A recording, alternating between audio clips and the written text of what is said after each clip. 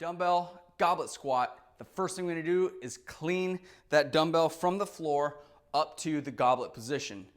If you haven't already, or if you're not familiar with the clean, please check out our video on the dumbbell clean.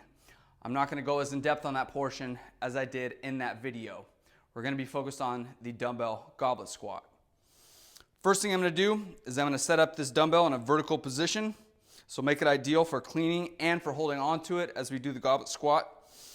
We're going to center it between our feet, and we're going to line up this handle with the center of the feet. The feet are going to be shoulder width apart, the toes are straight ahead, the heels are down.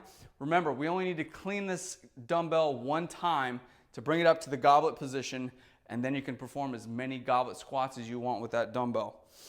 Next, we're going to set up our knees and hips by bending at the knees and hips and spreading the floor apart with the feet, driving the knees out, butt back. From here, we're going to extend the arms, making those Ninja Turtle fingers. We're going to wedge that dumbbell handle in between those wedges, palms facing in towards the center, biceps forward, taking our belly breath, extend the knees and hips, shrug the shoulders, and catch that dumbbell in the goblet position. The goblet position is going to be the palms facing each other, wedged underneath the head of the dumbbell. The fingers are up. You can even grab around it if you'd like.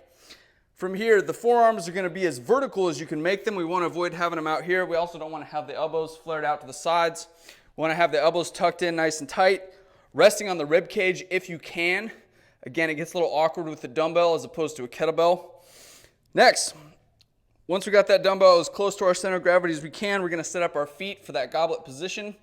Feet are going to be about shoulder width apart, heels are down, toes are either pointed straight ahead or slightly out, whatever fits your hips and your legs best, whatever feels natural. For this movement, before we initiate movement, we're going to take in a nice deep belly breath. Then we're going to bend at the knees and hips, driving the knees out.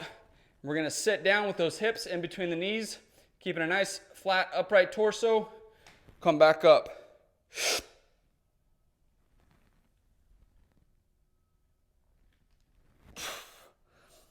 From the front.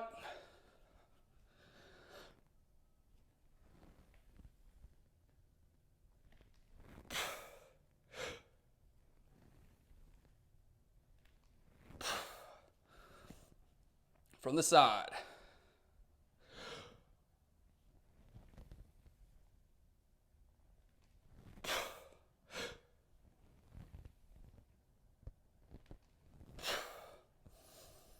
Once all the reps are complete, you're going to bring that dumbbell back down.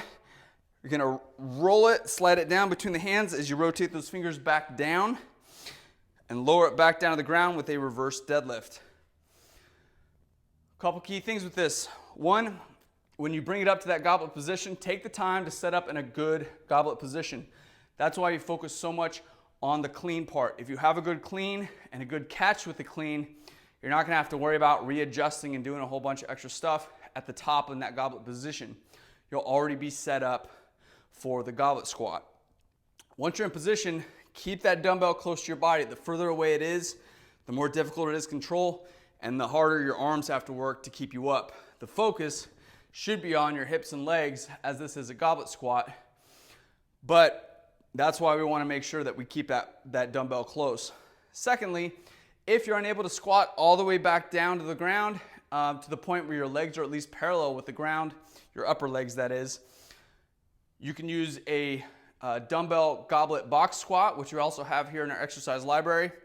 Or you can do a partial range of motion squat, where it's literally as far down as you can go safely and then coming back up. But your goal should be to get lower and lower over time until you get into a more full range of motion. It's not required that your upper legs go below parallel with the ground, but if they do, great.